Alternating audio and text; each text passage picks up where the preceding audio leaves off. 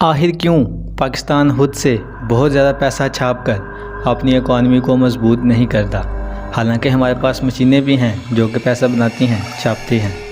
अस्सलाम वालेकुम दोस्तों, कैसे हैं आप सब लोग। उम्मीद करता हूँ ठीक ठाक होंगे, फिटफाट होंगे। तो दोस्तों, जैसा कि आपने स्टार्ट में सुना ही होगा, देखा ही होगा कि मेरा आज का जो मौजू है, आज का जो टॉपिक है वो इसी पर है कि आखिर क्यों पाकिस्तान खुद से ज़्यादा पैसा छाप कर अपनी इकॉनमी को स्ट्रॉन्ग क्यों नहीं कर लेता। आखिर क्यों पाकिस्तान इतनी गुर्बत झेल रहा है, हालांकि हमारे पास मशीनें भी हैं जो नोट बनाती हैं, नोट छापती हैं। तो आखिर क्यों पाकिस्तान अपना पैसा खुद नहीं छापता, खुद क्यों नहीं प्रिंट करता। आज मैं ये सब आपको बताऊंगा इस वीडियो में, क्योंकि आप में से मेरी तरह अक्सर लोग यही सोचते होंगे कि यार आखिर क्यों ऐसा नहीं हो सकता, वजह क्या है इसकी। तो आज मैं आपको बताऊंगा इसकी वजह। तो मुअज़्ज़ज़ नाज़रीन, एक मुल्क उतनी ही करेंसी प्रिंट कर सकता है, उतनी ही करेंसी छाप सकता है जितना इसके पास गोल्ड होता है, यानी कि सोना होता है, और या जितनी उसकी जीडीपी होती है।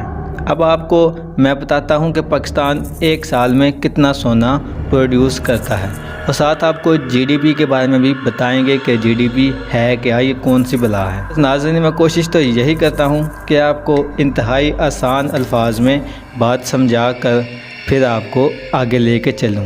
कोशिश यही होती है मेरी कि आपको आसान से आसान लफ्ज़ों में हर तरह की बात समझाई जाए, लेकिन फिर भी अगर आपको कोई भी बात समझ ना आए तो आप कमेंट करके मुझसे पूछ सकते हैं, क्वेश्चन कर सकते हैं। तो वापस आते हैं अपने टॉपिक पर। सामाईन, पाकिस्तान एक साल में 64.65 टन यानी कि 64.5 टन सोना पैदा करता है, जो कि हमारी आबादी और इकॉनमी के हिसाब से बहुत ही कम है। ये कह लें कि आटे में नमक के बराबर है, यानी कि 20 से 30% तक है। और अब आते हैं जीडीपी पर, और जीडीपी आखिर है क्या। तो नाज़रीन गिरामी, जीडीपी का मतलब होता है कि एक मुल्क की ख़रीदो फरोख्त वाली अशिया की प्रोडक्शन, कि एक मुल्क एक साल में कितना कुछ ख़रीदता है और कितना कुछ बेचता है, यानी कि उस मुल्क की ख़रीदारी में जो है वो अशिया वगैरह के उनको कितना प्रोड्यूस, कितनी अशिया वो पैदा कर रहा है और कितनी अशिया वो बाहर के ममालिक से ख़रीद रहा है। अब मैं आपको एक मिसाल देकर समझाने की कोशिश करता हूँ कि मिसाल के तौर पर एक मुल्क जो एक साल में 10 किलोग्राम टमाटर प्रोड्यूस करता है, बनाता है, और 1 किलो टमाटर की कीमत उस मुल्क में 100 रुपये है, तो इकोनॉमिक लॉ के मुताबिक इस मुल्क को एक साल में 1000 रुपया प्रिंट करना चाहिए। क्योंकि अगर इस मुल्क की हुकूमत 1000 रुपये प्रिंट करने की बजाय 1 लाख रुपये प्रिंट कर देती है, तो इससे होगा ये कि जहाँ टमाटर की कीमत 100 रुपये किलो थी, अब वहाँ 1000 रुपये किलो हो जाएगी। कि अगर हमारे मुल्क में ख़रीदो फरोख्त की अशिया की सप्लाई कम है और हम पेपर ज़्यादा प्रिंट कर देते हैं, यानी कि पैसा ज़्यादा प्रिंट कर देते हैं, इससे इन्फ्लेशन यानी कि महंगाई और ज़्यादा इंक्रीज़ हो जाएगी, बढ़ जाएगी, और इससे हमारी करेंसी की वैल्यू बहुत ही कम हो जाएगी। यानी कि हम सब तो ये सोचते हैं कि यार पाकिस्तान आखिर क्यों नहीं खुद पैसे इतने छाप लेता, खुद के पैसे बना ले, ताकि हमें बाहर से ना तो कर्ज़े देने पड़े और ना ही हमें जो है किसी मुल्क से कुछ भी मांगना पड़े, जैसे कि अभी कह रहे हैं कि भीख मांगनी पड़े।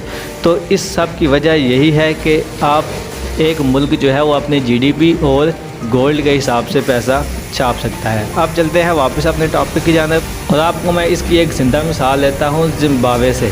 जी हाँ, ज़िम्बाब्वे ने 2007 से 2008 के दरमियान बेइंतहा पैसा प्रिंट कर दिया था। उनकी सोच भी हमारी तरह होगी कि यार हम खुद से ही इतना पैसा छाप लेते हैं, हम इतने ही अमीर हो जाएंगे कि जितने अरब कंट्रीज हैं। क्योंकि ज़िम्बाब्वे की गवर्नमेंट भी यही सोच रही थी, हमारी तरह ही सोच रही थी कि ऐसा करके हम अपनी इकॉनमी को ग्रो कर लेंगे और साथ साथ जो अरबों डॉलर का कर्ज़ा है वो भी हम उतार देंगे।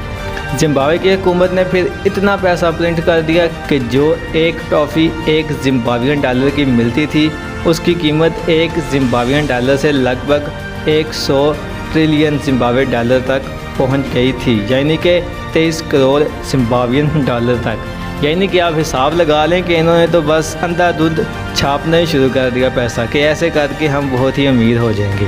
लेकिन हुआ क्या, वो भी मैं आपको बताता हूँ। और इंटरनेशनल मार्केट में ज़िम्बाब्वे की करेंसी ख़त्म हो गई, यानी कि ज़िम्बाब्वे की अब अपनी कोई भी करेंसी नहीं है। ऐसा करने की वजह से ज़िम्बाब्वे की अपनी करेंसी जाती रही है। और अगर अब आप गूगल पर सर्च करते हैं ज़िम्बाब्वियन करेंसी को, तो जैसे ही आप सर्च करेंगे तो वहाँ पे USD डॉलर आ जाएंगे।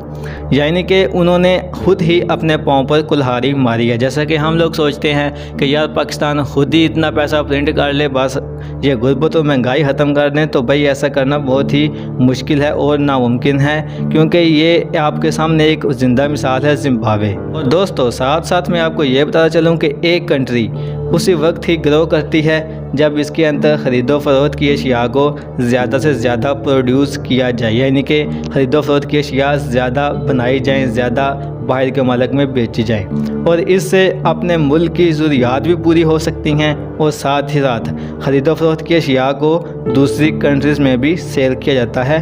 और इससे बाहर की जब कंट्रीज़ की पैसा आता है, वहाँ के ममालिक से पैसा आता है, तो इस तरह से इकॉनमी ग्रो करती है। यानी कि अगर सादा लफ्ज़ों में बताया जाए तो दोस्तों बात यही है कि एक मुल्क इतनी ही करेंसी प्रिंट कर सकता है जितना कि वो ख़रीदो फरोख्त की अशिया को प्रोड्यूस करता है और गोल्ड को प्रोड्यूस करता है। तो इस हिसाब से दोनों हिसाब से ही तकरीबन हमारा पाकिस्तान बहुत ही पीछे है, जैसा कि आप सब लोग ही जानते होंगे, क्योंकि हमारे ख़रीदो फरोख्त की अशिया भी बहुत ही कम होती जा रही हैं और ऊपर से हमारे पास इतना सोना भी नहीं है कि जिससे हम अपनी ज़रूरियात पूरी कर सकें। तो दोस्तों ये थी मेरी आज की वीडियो। उम्मीद करता हूँ कि सादे लफ्ज़ों में मैंने समझाई है, आपको समझ आ ही गई होगी। तो दोस्तों वीडियो कैसी लगी ये आप मुझे कमेंट करके ज़रूर बताएं और नए आने वाले व्यूवर्स जल्दी से हमारे चैनल को सब्सक्राइब कर लें। और हाँ, वीडियो वाकई अच्छी लगी है तो यार एक लाइक तो बनता है। तो मिलते हैं नेक्स्ट वीडियो में, तब तक के लिए आप रखिएगा अपना बहुत सारा ख्याल और मुझे दें इजाज़त। अल्लाह हाफिज़।